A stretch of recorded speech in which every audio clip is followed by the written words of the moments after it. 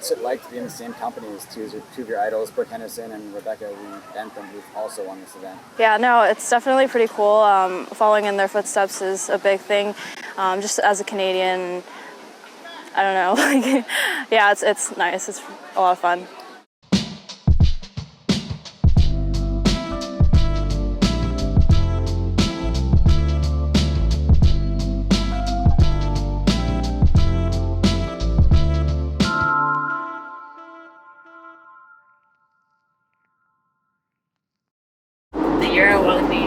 I think it was 2011. 2011? Watch me be wrong, it's on camera. And then that summer I went to Q School, got my card, and then my rookie year on LPGA was 2012. Where was Q School? Final stage was in Florida, Okay. Daytona Beach. And then I think I shot 500 in the final round to come top 10 and get my card. Is that like one of the best golf days of your life? Or? Yeah, that shot me up because I don't think I was in it first 2 rounds. Like I had to like get my way back in it. So that final round 500 definitely made me jump up the leaderboard. Yeah. Like, do you remember knowing like, hey, I can do this because of, you know, my Canadian Am win or anything like that? I think just the practice, the experience playing tournaments and stuff, you kind of just fall back on that. You don't think too much ahead. You kind of just go shot by shot. And I mean, every like 3-footer you say, I've made this before. It's just routine. And you just trust yourself. And then the shots just add up at the end. Yeah. But the more you're in that position, it just becomes more normal.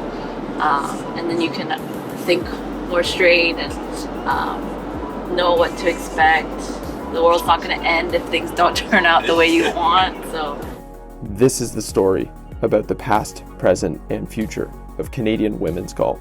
It's about a star being born. And lastly, it's about Westmount. What better people to take us there than Cory Jansen, Gary Cowan, and David Bigelow? I said, Mr. Cowan, who's the best player you ever played with? And he looked me dead in the face and he said, Jack Nicklaus. And I shriveled up at that moment. I always felt so small. Half-hour discussion. It's going to be hard to touch on all your tournaments that you've won, obviously, 9 Ontario and a couple USAMs. Oh, we don't need all that. Yeah. Okay, good. What were your first impressions of Westmount? It was always just a great golf course. It's a golf course that you probably don't ever get a lie that's flat. You're going either one way or the other way, up or down, and so on. When I think about Westmount and the difficulty of playing here, it's not a long golf course. The fairways have a ton of undulation. Back when it was built in 1930, opened in 1931, there was no real bulldozers to move earth, so you're kind of what you see is what you get. Many of the greens are old, 91-year-old push-up greens with severe slopes in them. So, you know, obviously we're going to work with Golf Canada to get the course set up that they want, but we get the green speed up a little. These greens are tricky.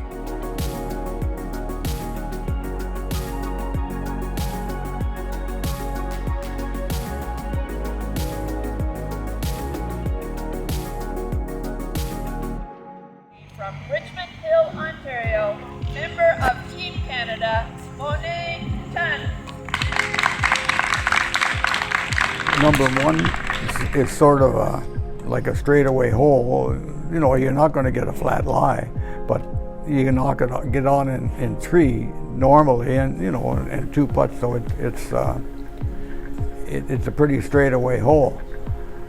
But on the green, you got to make sure that the hill goes this way, so you got to keep it up a little bit. The thing that's immediately obvious is just how much slope there is on this first fairway, and I think it's a bit of an omen for what's to come. I would say there are a few holes for sure where you check the pin before you put a peg in the ground, and I would say that the second tee is certainly one of those spots. A long drive, you can get it up on top of the hill, but a lot of people are playing from 150 on an upslope, so you want to make sure that, you know, something with a longer club in there, you can bounce it in on the front right and then sort of feed down. But if you're a longer player and you're hitting a wedge in there, getting something to stop to a left short pin or a left middle pin is going to be really, really tough. So you kind of need to lay back and have something a little bit longer in there. It's every bit of 200 yards on that back tee. So you have to hit a golf shot there for sure.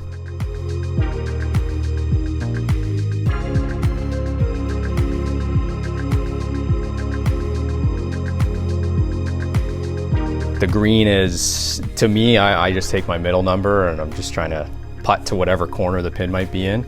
But there's a swale in the middle. The left pins are definitely X's. You can't go over there. It's very, very tough to get over there. Right pins are a little bit more favorable where you can play in the middle and putt up it.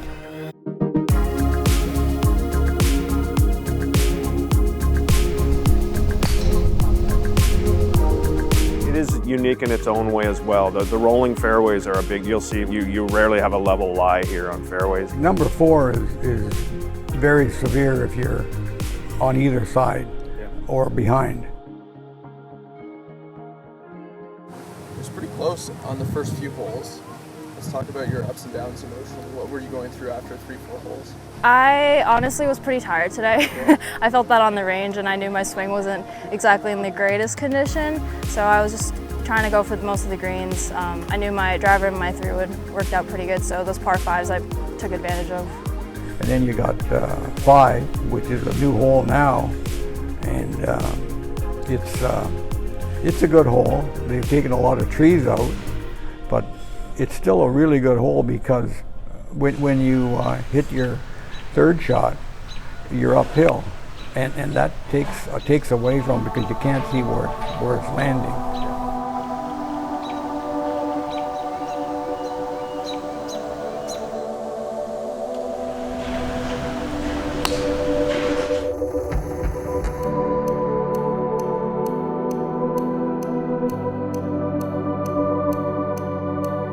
I like number 6 because of the slope, and like if they put the pin over on the left side, it gets really, really tough because you got to hit it to the right then, and then you got about like a 30-footer going up the hill, and it goes up, and so that's a nice par 3.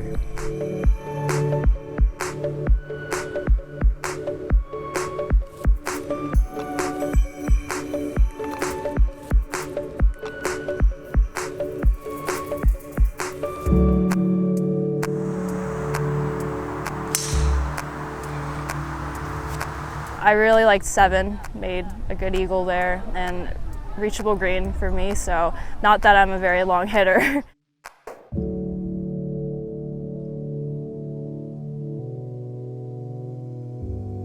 You asked if 4 is the best hole in the golf course, and I said I'd give it top 3. I think 8 would also be in my top 3.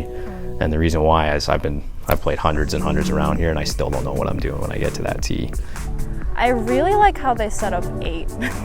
Really, I don't think I took enough advantage of it, but I made a couple, maybe 1 good birdie there, so I was pretty happy about that. Front pins, where the hole is playing shorter, more people will lay up because they want something going in there with spin, where the back pins are a lot more accessible to run a ball in there with your 3-wood or hybrid or driver, depending on which tees you might be playing.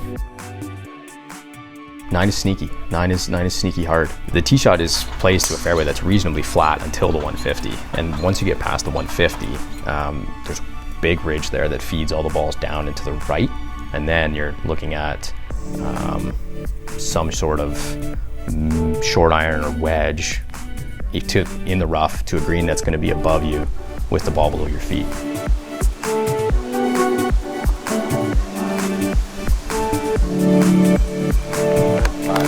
A lot of Canadians haven't seen Westmount. How would you describe it to those across the country that haven't seen this place? It's a golf course that you probably don't ever get a lie that's flat. You're going either one way or the other way, up or down, and so on.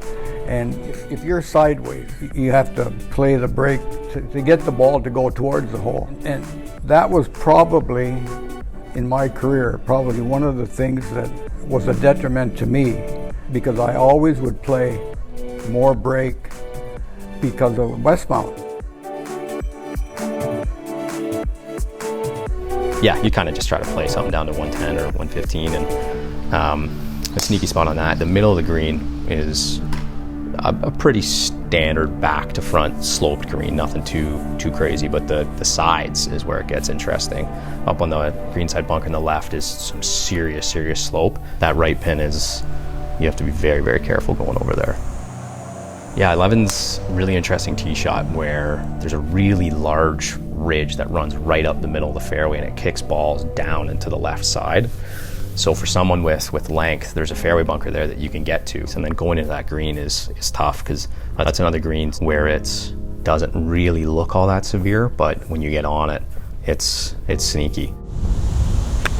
Kind of a swale down in the front left corner, and it kind of works front left corner to back right with a big ridge that feeds around the right side that is severe.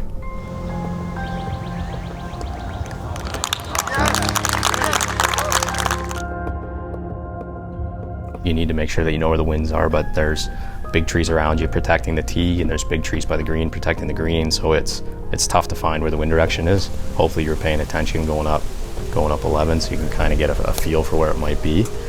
Back pins, you can feed a ball to one of the back pins, you just gotta make sure that you're not long.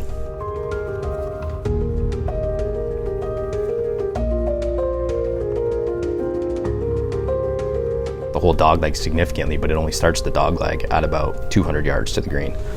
So you need, if you're gonna try to have a whack at it in two, you definitely need to be in the left side of the fairway, which means you're challenging that bunker on the left. The 13th green is very intriguing in the sense of it has a bit of a false front on it and a ridge that runs kind of all the way through the right side of the green and hooks around all the way to the back of the green with a swale in the middle and the left. What's the tip that you would give people who haven't seen it that you need to sort of keep in mind to win? Yeah, I think bigger greens, not too much going on off the tee, and then the rough is pretty playable, so I'd say pick your spots where you want to land them on the green and then have good putting. Yeah.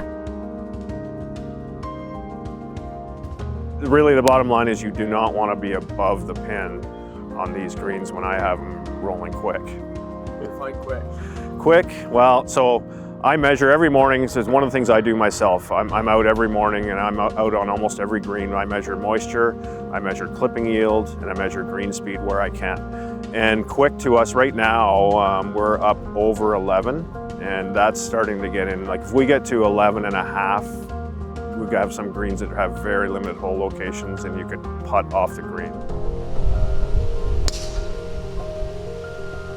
On the par fours, I will obviously take 15 because it's hard to get it up that hill. Now, you look at the club championship and like it's a piece of cake for them because they probably hit a 3-wood and a 9-iron. But at my age, it's a little more than a 3-wood and a 9-iron.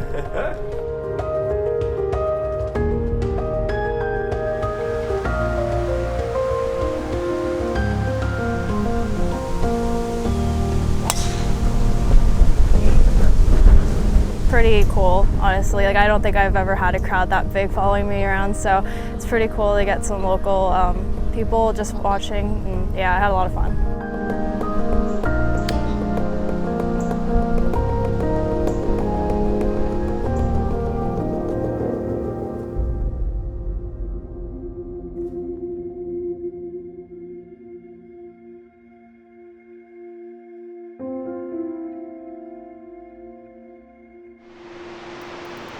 I mean, at this point, you're seeing just how grueling of a test Westmount really is as a tournament golf course. I'm just thankful I'm on this side of the lens rather than in the field this week. It always keeps a player on their heels with land movement, both on the fairways and particularly the greens.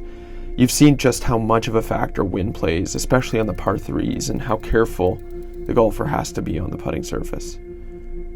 In essence, you are seeing how this golf course breeds champions, and it's no surprise that following this moment right here, that Monet goes on to take the golf world by storm on her path to her runner-up finish in the 2022 U.S. Women's Amateur at Chambers Bay. You look at some of these greens, like right here on 18 now, the pin is way over on the left. They're going to 3-putt to death.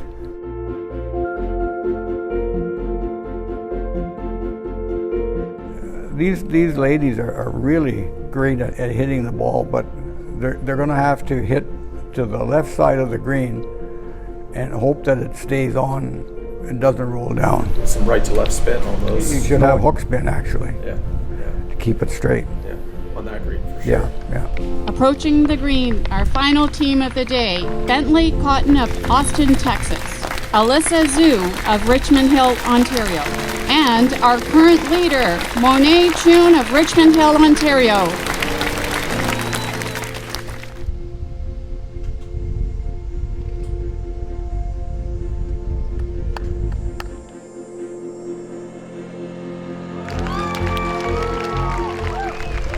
Congratulations to all our players this week, and we'd like to welcome everyone to stay and join us for the awards ceremony on the third hole. That's going to be happening right away. Thank you.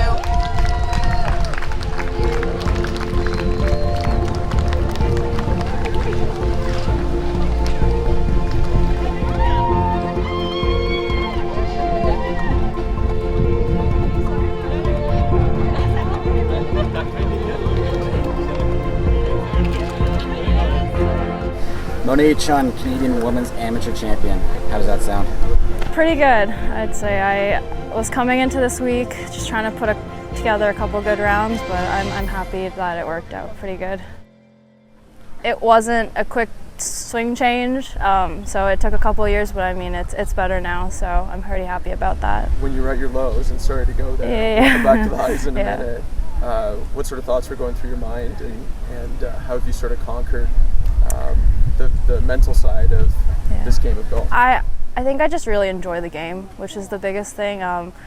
Even when I'm playing bad, I'm having fun out there, so it kind of pushed me through all that stuff, yeah. Is it the competition? Is it the desire to be the best? Or is it a like little beating bit of others? everything, but I really just truly enjoy playing golf, and I've been doing it for a long time, so yeah.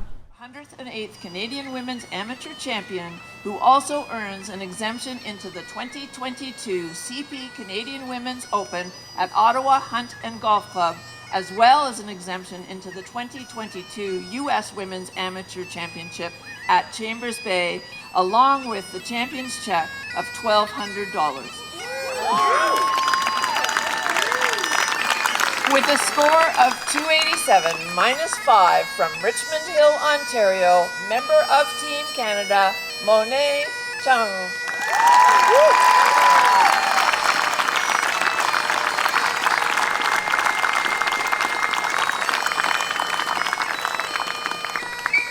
I just want to thank my parents for coming out and all my coaches for helping out this week, and it's special. Thank you everyone for coming out.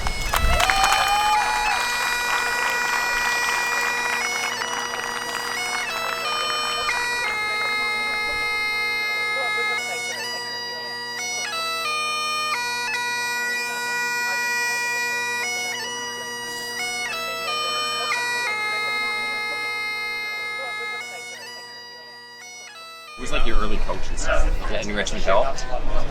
It was in Markham, actually. It was out of the Markham Golf Dome, so I was just there like every single day, just trying to get 1 hour lessons, and then literally hitting balls out of my backyard. I spent too much time at the Markham Golf. Yeah. Smashing those balls. Yeah, I've been there forever, actually. So. Okay, spoke with Monet Chun a few weeks ago, and like I just mentioned to you, she said two of her idols growing up have been Brooke Henderson and yourself. So how does that make you feel to inspire the best young athletes in our country right now? I think that's awesome. I'm honored. I feel like we do what we do just to inspire the next generation, grow the game, and obviously I've been a part of her life and really want to see her succeed. She is an extremely hard worker and definitely one of Canada's hopefuls, so I wish her nothing but the success.